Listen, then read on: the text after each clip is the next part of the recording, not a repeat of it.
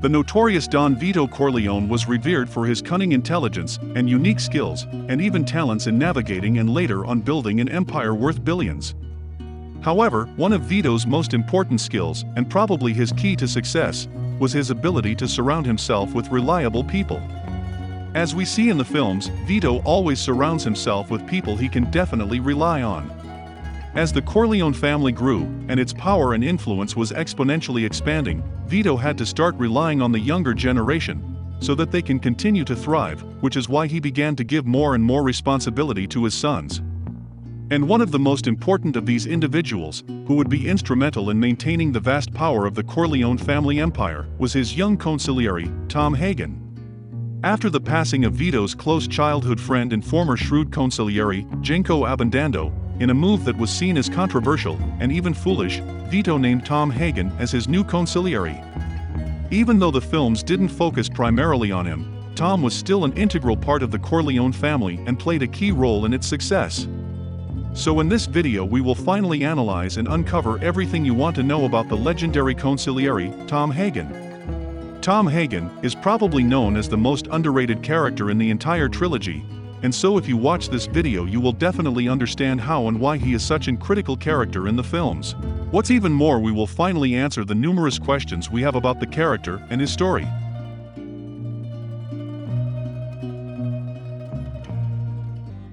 Thomas Hagen was born in 1916 in New York City.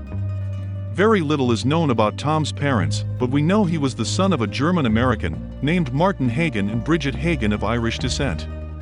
However, after a series of unfortunate events, Tom was abandoned by his parents and left in the streets. After a year of living in the streets, he would eventually meet Santino Corleone, who took him home and persuade his father Vito Corleone to take him into the family. Vito agreed to bring Tom into the family, however not formally adopting him or changing his last name, out of respect to his parents. One of the reasons Vito's adoption of Tom actually paralleled how he himself was taken in by the Abandando family when he arrived to New York.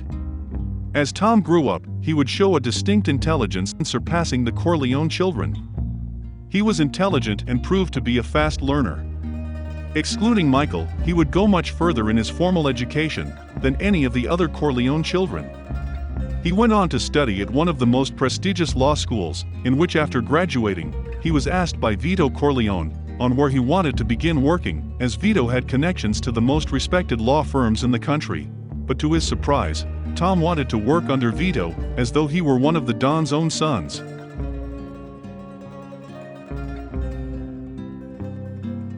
Tom did so knowing full well that Vito wasn't merely an olive oil importer, but the most powerful crime boss in the country. But this had no effect on his decision. This genuinely pleased Vito, as he knew that having an intelligent and shrewd lawyer was a key asset to have.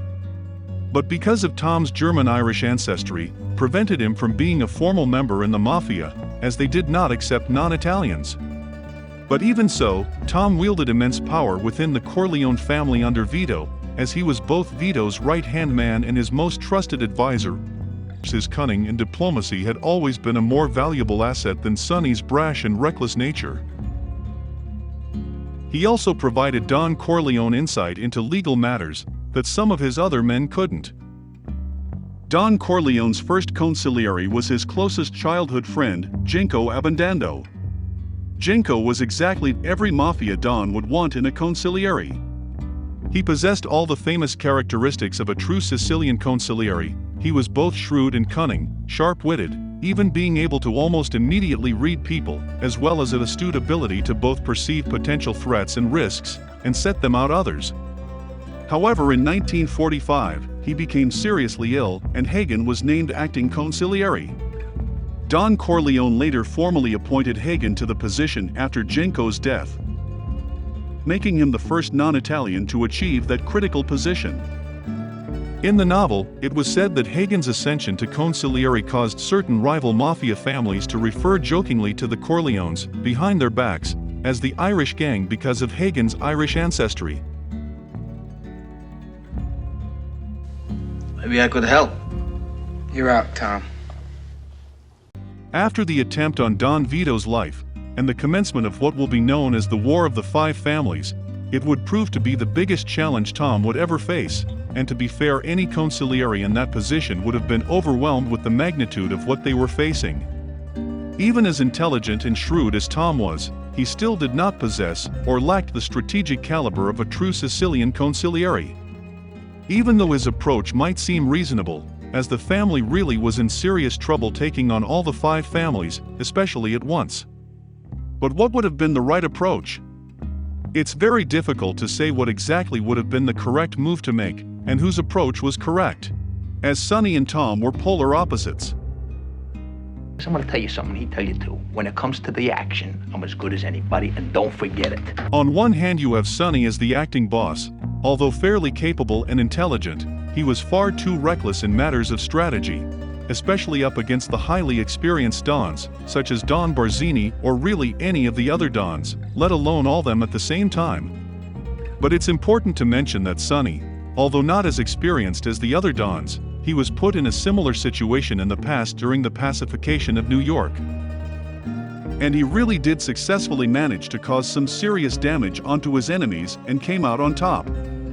However, Vito quickly had recovered and patched things up, ending that war. But then you have Consigliere Tom Hagen, who was very intelligent, logical and strategic when it came to peacetime negotiations and diplomacy.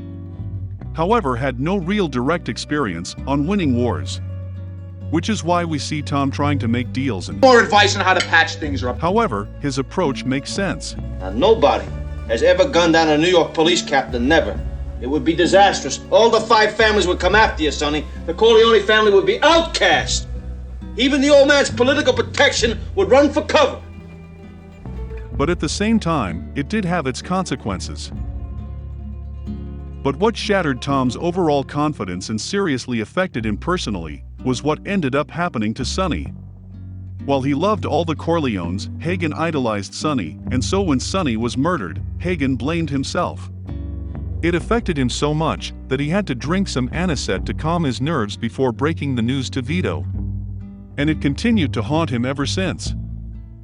After Vito made peace with the 5 families, he began working on bringing back Michael from Sicily. Tom was put in charge as Vito was still recovering. However, when Michael came back, Vito began preparing him to take over. And soon, Michael was ready to take over the family. The Corleone family was in a very desperate position, in which they were losing territories and respect from the other dons, who saw this as the eventual destruction of the Corleone era. But Vito and Michael were actually preparing for something that would completely shock the entire criminal world. And with Michael's new vision and drive to transform the family, and so they had begun working on this monumental mission. However, for these plans to work, some drastic steps would be taken. You're not a wartime consigliere, Tom. One of Michael's most drastic and unpredictable moves was when he basically demoted Tom from consigliere down to just a lawyer to oversee the family's legitimate business interests. This obviously offended Tom, and a move that wouldn't make sense until later on. But Tom fought back, and Michael simply told him that he wasn't good enough, he wasn't a wartime consigliere, adding that it was no reflection on the work he had done for them in the past. And Vito agreed. I advise, Michael. I never thought you were a bad consigliere. I thought Santino was a bad don. Rest in peace. But after Vito's passing, Michael reinstates Tom to his former position. However, Michael is still weary of Tom, and for some reason Michael reduces Tom's involvement and excluded from certain aspects within the family.